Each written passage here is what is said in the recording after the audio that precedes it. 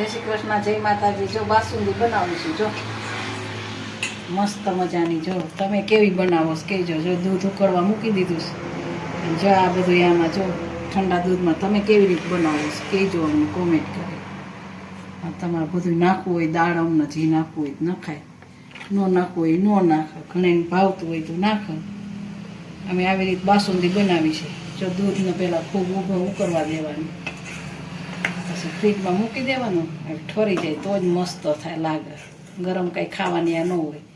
આ અત્યારે બનાવીશું ને એટલે સાંજે ખવા ફ્રીજમાં મૂકી દેવાની. તમે કેવી રીતે બનાવો કહેજો અમે કોમેન્ટ કરીને. અમે તમારી જેમ પછી બનાવી. આમાં જો બધા મસાલા આવી ગયા હોય, આપણે જો પાવડર હોય બાસુંદી પેકેટ લીધું હોય એટલે આમાં બધા મસાલા હોય. જો જો કેવો સરસ કાજુ બદામ બધું આવી જાય. જો મસ્ત મજાનું. દાડમના દાણા અમારે નાખવા હોય નાખે, ન નાખવા હોય નોય નાખે. અમને ભાવે એટલે અમે જ નાખીશું.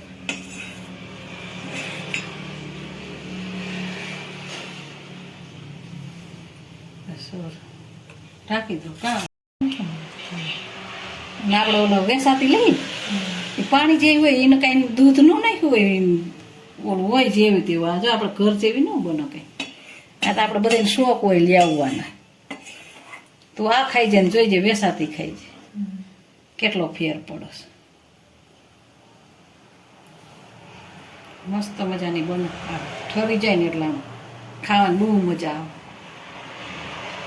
હમણાં તો આ દૂધ આપણે ઘણું વધી પડે છે ને એટલે હમણાં આવું બનાવ્યા જ રાખવાનું ખીર ને. કારણ કે હું આ સાઈઝ ઓછી પીએ છીએ ને આપણે શિયાળાની કોણ પી છે.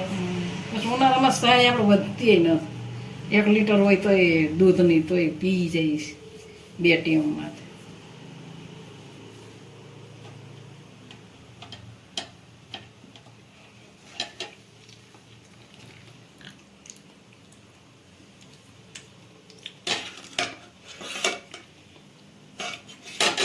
જો આ ઠરવા મૂકી દેવું ફ્રીજમાં. પછી જો સાંજે બતાવીશું તમને કેવું બન્યું છે. દાળ બધું નાખી દઈશું. વિડીયો સારા લાગતા હોય ને તો લાઈક શેર ને સબસ્ક્રાઈબ કરવાનું ભૂલતા નહીં.